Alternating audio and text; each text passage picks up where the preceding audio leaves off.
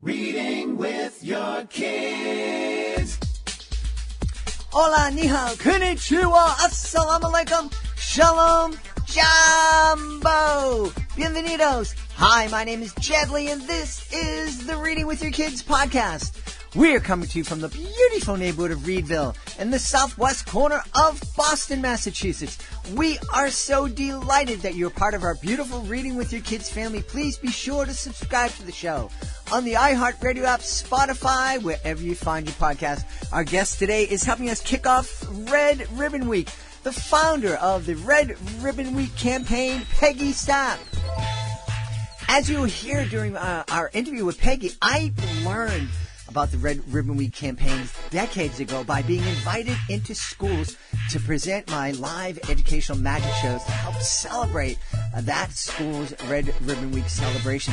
And it was always such a great time because it was they would fill the auditorium, and there are some schools where I was in front of 600, 700, 1,800 kids, a couple of thousand kids, and it was so much fun, so much energy.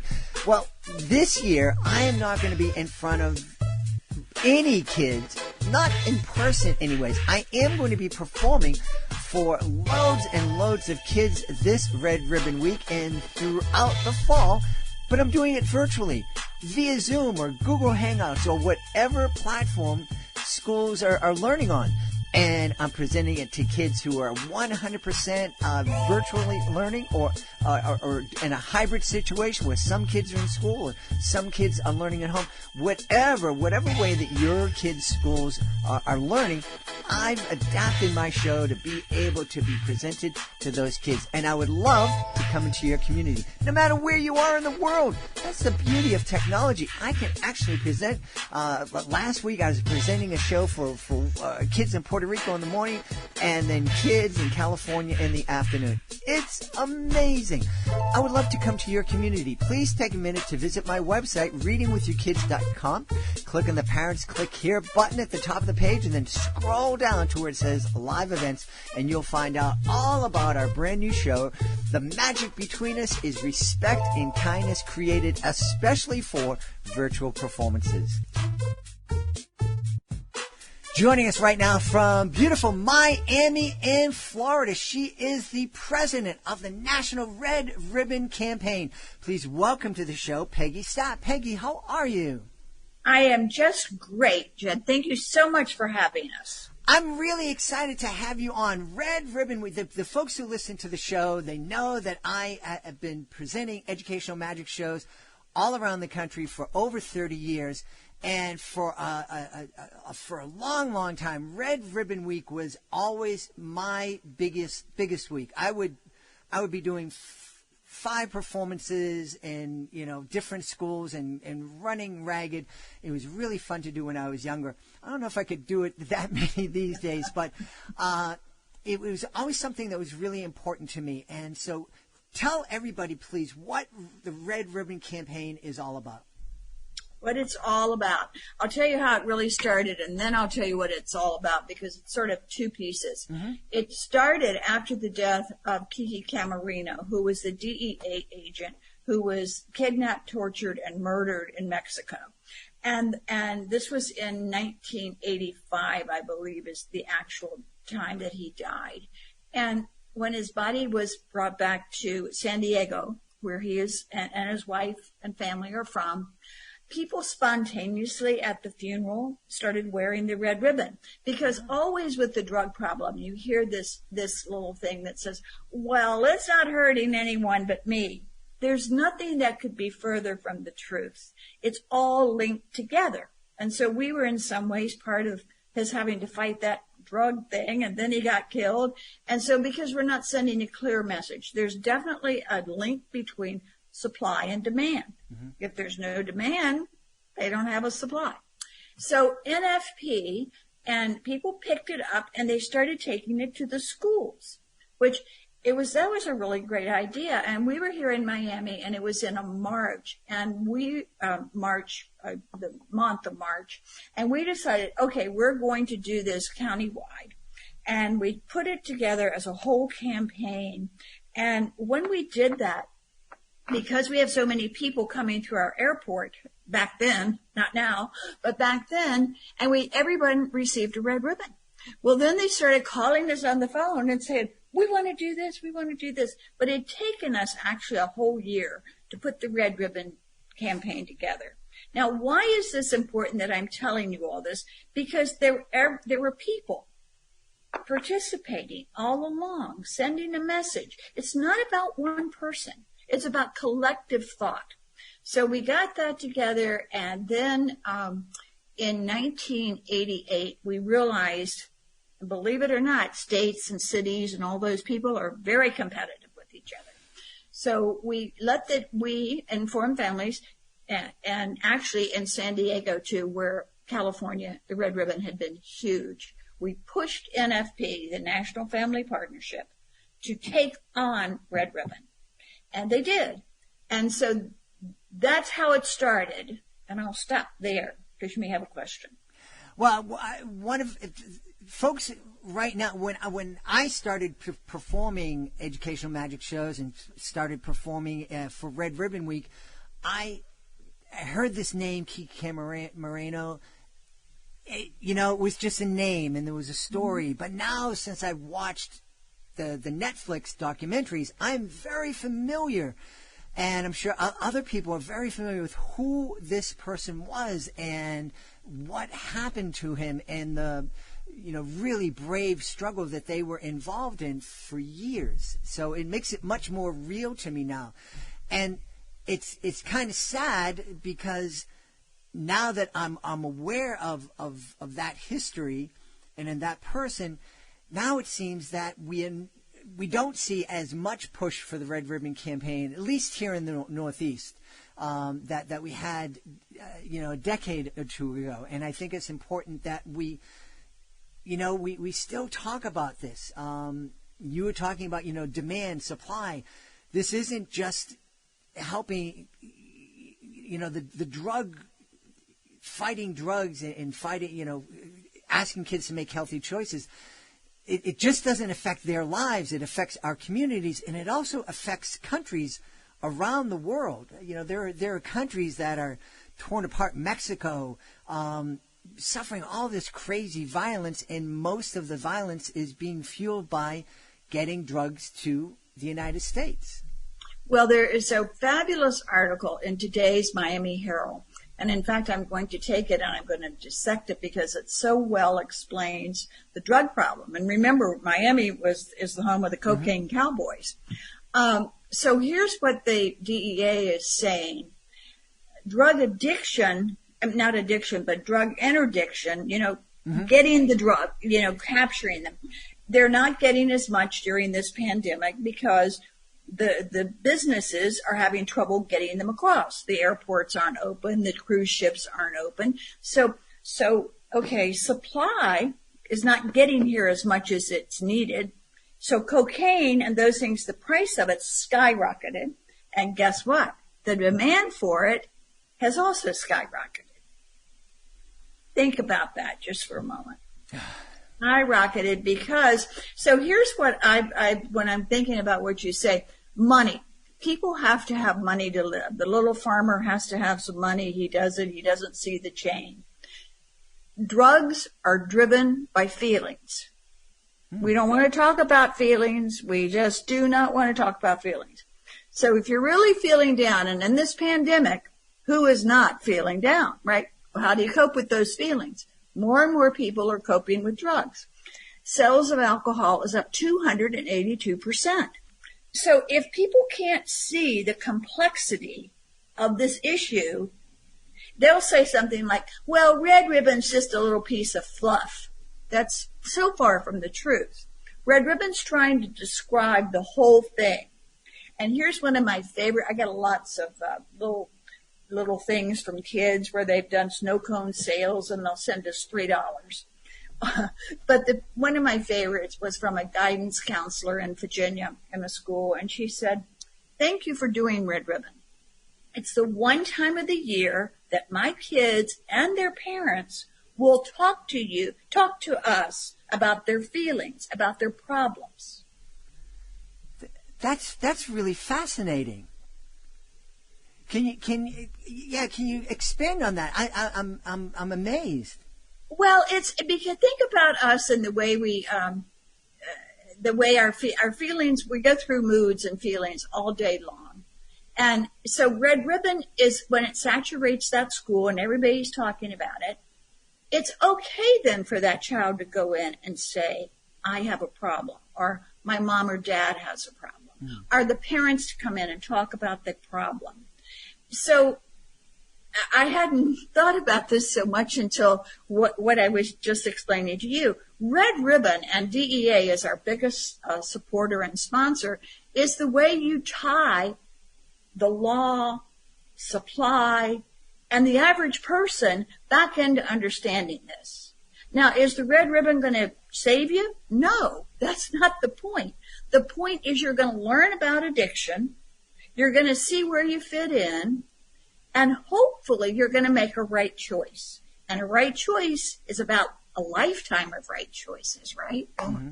It's hard. It's not easy. It's not easy. And, you know, one of the reasons that I started the Reading with Your Kids podcast is I know that, you know, the relationship that I have with my now adult kids and our ability to be able to talk about different things, those difficult conversations started when we were together on the couch reading picture books, and I was asking them what they thought about this and that and that they were reading in the book.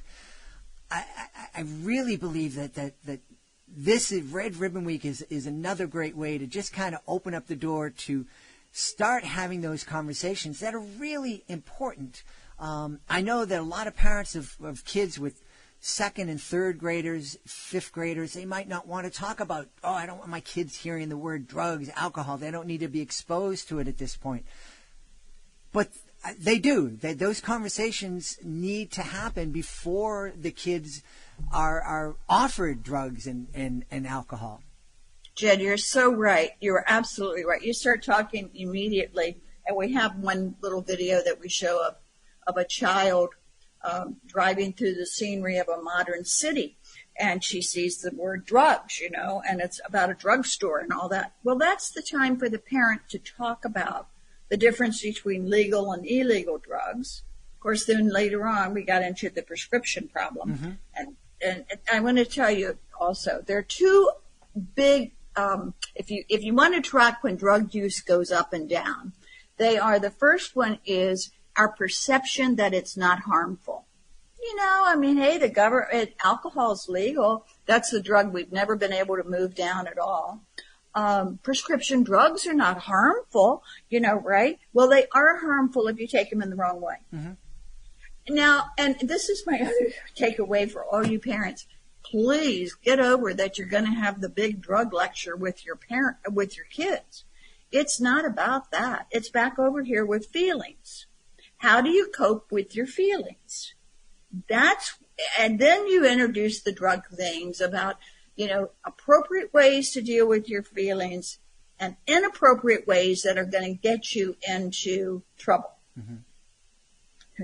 Like, I'll give you a perfect example during the pandemic. I love ice cream. Well, and it's a comfort food, right? Makes you feel good. Well, what does that do to you? It makes you gain weight, number one, and then it puts you at that predisposition for diabetes. Mm-hmm. And so we're teaching our children every day because they're watching us. If you come through the door and you say, oh my God, I got to have a glass of wine. And women today are wining themselves to death. The rate of wine and alcohol abuse for women it's just off the chart. And I don't have that number with me right now. But for any of this backup you want to go check, go to NIDA, National Institute of Drug Abuse.gov. It's all there. I mean, it's all there. Mm-hmm. Mm-hmm. How do you see it? How do you get people to see it? Nancy Reagan said, and that's where we started. Nancy Reagan said, this is a disease of denial and blame. First of all, I don't see it. I don't want to see it. If I have to see it, I'd have to give up my wine. That's not good. So that's a denial. And then the blame is, you know, it's the school's problem. It's the police problem. It's everybody else's problem. But the bottom line for this is supply, demand, and we as individuals drive the demand. Such a monumental problem and issue. I guess you told us about the beginnings of the campaign. How did you become so involved with this? How did you become so passionate about this? I think that's an interesting question too, because my children were in middle school when this all was happening, and it was a friend who asked a friend, and that friend just happened to be Bob Graham, who was our governor then. And he said, well, we can't make a headway in Miami. We need some help. So when he did that, they knew I worked in the junior league, and the junior league deals with children and families. So that was a natural. You deal with children and families. And I said, I'll have one meeting. I had the sheriff, and I had the head of the schools. And so we all came together, and see, I'm sure they thought that'd be the last they'd ever hear of us, right? But we had some other women, 6 people, and we didn't know each other. I knew one person, but I didn't know the other. We came together at my kitchen table, 6 people. But I'm saying that to each of you parents out there, because you have to connect. You have to have support. And the good news was that we had Frank Borman, who was the head of Eastern Airline, the former astronaut, and we had Alba Chapman, who was the CEO of Knight Ridder.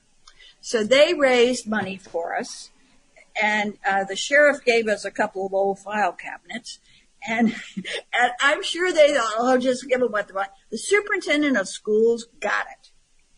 Leonard Britton was who that was, and he got it. So we were able to bridge the problem with the leadership in the community. And again, then those men were funding it, with their friends. What I've learned over these years, and we were featured in the Miami Herald, is people do a lot of the right things, but they don't know why they're doing them. They knew this was sort of a good thing to do. They knew us, they trusted us, the people the 6 people who started this. But they didn't really want to understand the problem in depth, because they're businessmen, they have other things to do, right? So that's how we start. That's how I started. Now, can you have children who grow up drug-free if you do all these things, which they're called risk and protective factors. There are lots of protective factors. So if you institute all of that, do you have an insurance guarantee? No. What's been interesting to me to observe over these years is you can have a set of parents who deliver all the protective factors, and let's take it on 3 kids. You'll have 2 kids who are okay, and the third goes off and gets in trouble. Mm-hmm. So if we knew how to give a guarantee, we wouldn't be in the problem we're in now, even with the pandemic, because who hears the message? Who wears a mask? Who self-distance? So the complexity of prevention, and I don't care if it's drug prevention or COVID-19, mm-hmm. It's very complex, but it goes back to the individual. Mm-hmm. Yeah, it is really complex, and it is, what I had never thought of that whole connection with feelings. And it's interesting because one of the things that we've talked about a lot here on the podcast is helping kids, get that social emotional education, helping them understand their feelings, helping them to be able to identify their feelings and learn how to deal with them. I had never made that connection with drugs and alcohol and addiction. Yeah. Oh, it's definitely there. And I think this pandemic really makes us see it. And I don't have the article in the newspaper, but do look at Miami Herald's front page today, because it's just, it's really mind-boggling, and about the increase in the demand. Mm-hmm. And there's a police officer who says, well, with the curfew going on and the bars are closed, everybody just wants to go into their house and get stoned. Mm-hmm. So I one of the things, because it's been a long fight, and there are many different components of it, and each component competes against the other for money, and so therefore you can't build a whole picture. I don't think it's about money, to tell you the truth. If we had all the money we needed, we still have the problem of people in different sectors wanting to control it. But the reality is the individual, the grassroots. I can't say enough about grassroots. Just like in this time of election, it'll be the grassroots who decide it. Mm-hmm. You know, you can do all this stuff up here in the middle, but ultimately it's about the choice you make. Like about me, I would like to report that I got off the ice cream for now, and I'm starting my weight loss thing, because you got to do it yourself, but you got to have help. Mm-hmm. You have to have help. You have to have a support system. And sometimes I worry about our kids today because of of all the social media and the telephone. I think that's an addiction, to tell you the truth. It really is. Mm-hmm. So when you talk about Red Ribbon Week, and that's when people talk to me, they always want to get into one drug or another. Well, tell us about fentanyl, and isn't fentanyl going to... A drug does not come up and jump on you. Mm-hmm. You take it. See, that's about taking responsibility. So don't become a drug expert. Become your own person expert. There's so much there that you said, talking about social media. We know that social media is designed to be addictive.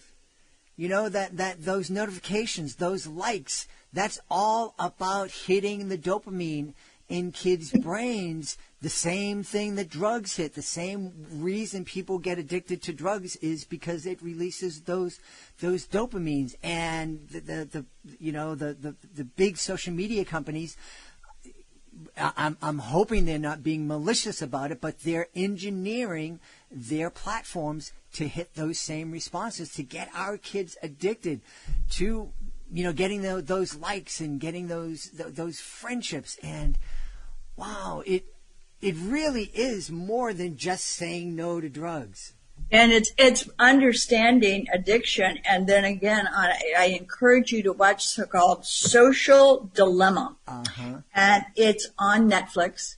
And it's a bunch of 30-year-olds who are, hotshot people out there in Silicon Valley. And they're starting to recognize what we just said. Mm-hmm. And so the dilemma is, oh my gosh, this has been such a wonderful thing. Well, look at us. We're talking. This is fabulous. It's just fabulous. But you have to use it correctly. Prescription drugs are fabulous, but you have to use them correctly. Mm-hmm. Now, talking about that, the drug problem on prescription drug didn't go up and hit the ceiling until the late 90s, after... In the mid-90s, they approved the advertising of drugs on TV. Mm. So what is the perception? Remember what I told you. Perception of harm and then availability. Those two things drive perception of harm, availability. So they start, telling everybody you need to get this drug, that drug. People are going to the doctor telling them they need this drug, that drug. And that's when it started to skyrocket. And it goes also back to the fact that the Pain Association management, and I certainly attended meetings, and I, listened to what they said, which was true, is there are a lot of people in our country in chronic pain. And what are you going to do for chronic pain? And they were working very hard on releasing these powerful drugs over a slow release period so that people could have relief but not become addicted. Mm-hmm. Well, that didn't prove out to be true. So I don't think people, Silicon Valley or Big Pharma, I don't know. Maybe there's some evil stuff there, but I don't think I think unintended consequences is what gets us into where we are. The unintended consequences are driven by money, and they're driven by feelings. Yeah. Now, we can be the rat and not see that we're being shuffled around on this. And because you are, think about it. Mm-hmm. All the media. I mean, you are. Mm-hmm. And so how do you finally get your own body in homeostasis to make really good decisions? And that's what you're trying to do as a parent. You're trying to help them make really good decisions. You cannot avoid their getting in bad situations. You have to hope they know what to do with it. That does not, however, translate to this one. Do not teach your children to drink because they're going away to college and you want them to learn how to drink while they're at home. That is totally, there is not one shred of evidence that shows that that's true. But we believe what we want to believe. That's fascinating. I had no idea that there are parents out there thinking, oh, I'll just teach the kids how to drink responsibly at home when they're in high school. I'll just teach them by breaking the law. That doesn't seem to make sense. Right. Well, and then there are a lot of cultural issues to that. A lot of the Latin cultures and also a lot of the other cultures believe that that's the way you do it. Well, but if you look at the way they do that, they have a little sip of wine mm-hmm. with a dinner, a family dinner with a group. That's very different than what we're experiencing. And the big thing we're experiencing is binge drinking. Mm-hmm. And they just like to go out there and get blottoed. It's crazy, but if I could I wish I could design, I said this I was on the advisory council at NIDA, and I said this, and all the, they're really smart people. I mean, they're one person can be a doctor, a lawyer, and a PhD, and so I was trying to bring some semblance between what they know. The research is 20 years ahead of the public. And what the public needs to know. And I finally said, well, if you could just give me like Doppler radar, do you know what Doppler mm-hmm. radar is? And they said, they shook their head. I said, I need to be able to put that on somebody's forehead to see where they are. How are you feeling now? What are you doing? Well, and of course I don't know that they laughed, but they looked at me like this woman is crazy. But now we have that technology. It's coming. Things are coming, but so what if you know how you feel, but you don't know what to do about it? Mm-hmm. So, gosh, so you can see why Red Ribbon is important. You can see how it plays to the teacher. Mm-hmm. It plays to the guidance counselor. It plays to the principal. It plays to the coach. And remember I said how we started? If you don't have a group of people, if I didn't have that group of people, we wouldn't be having this conversation. Mm-hmm. Now, why am I still at it? Because of this. My husband was my best supporter and encourager, and you just don't give up. Yep. That's what you do.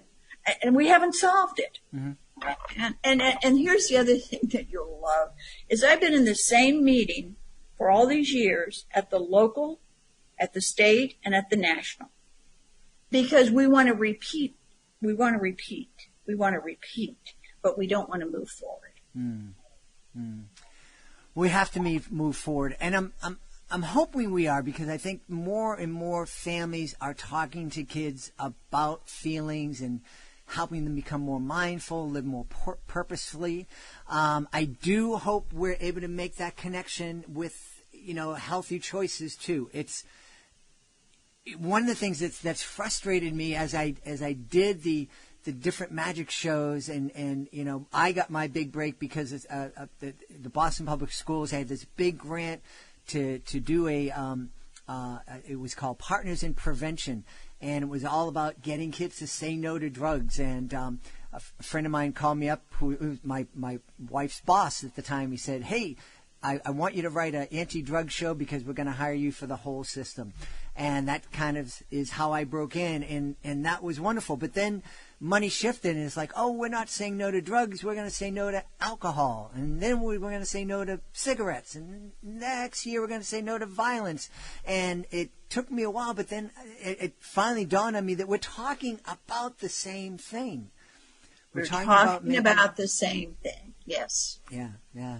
Well, where can folks go to find out more about the Red Ribbon campaign and how they can get involved in it all year long? Go to redribbon.org. and it'll tell you everything. We've got the big DEA photo contest going on. So again, we want homes to decorate their little fence and schools to decorate, and there are contests for people to enter. And we do the contest because people love contests. Yeah. And well, here is another good story about this woman who had a kindergarten, and she was going to decorate her home, and she started going out there, and she was really thinking, I don't know, why am I doing this? Well, as they're decorating, more of the little kids came over and said, why are you decorating? Red ribbon is a conversation opener. It is not the song. It's not like, okay, I got a red ribbon, now I've solved the drug problem. It's what you do with the red ribbon that solves the drug problem. Mm-hmm. Mm-hmm. Absolutely. Well, we want to encourage everybody to check it out. It's a really, really important program. And like we've learned, it's not just about shouting, say no to drugs. It's about helping to raise our kids to be healthy and happy human beings. Yes. It's absolutely. Yeah. Thank you. That's exactly the truth. We've had such a wonderful time speaking with the founder of the Red Ribbon Week campaign, Peggy Sapp. Peggy, thank you so very, very much for being part of our show today. Thank you for having me. I've loved it. Please be sure to join us for the next edition of the Reading with Your Kids podcast. We'll be celebrating episode number 900 with a special interview with Trevor Lai. Trevor is the president of Up Studios. He has a YouTube channel. They have over 4.2 billion views of this one program they call Boomy. Trevor also is the author of some great children's books. It's a wonderful, wonderful interview. Trevor is coming to us from China for the interview. I'm so excited. 900 episodes. It wouldn't have happened without you and your support. So thank you so very much. Please be sure to join us. I want to thank the folks who made today's show so very wonderful. Of course, I want to thank our guest, Peggy Sapp.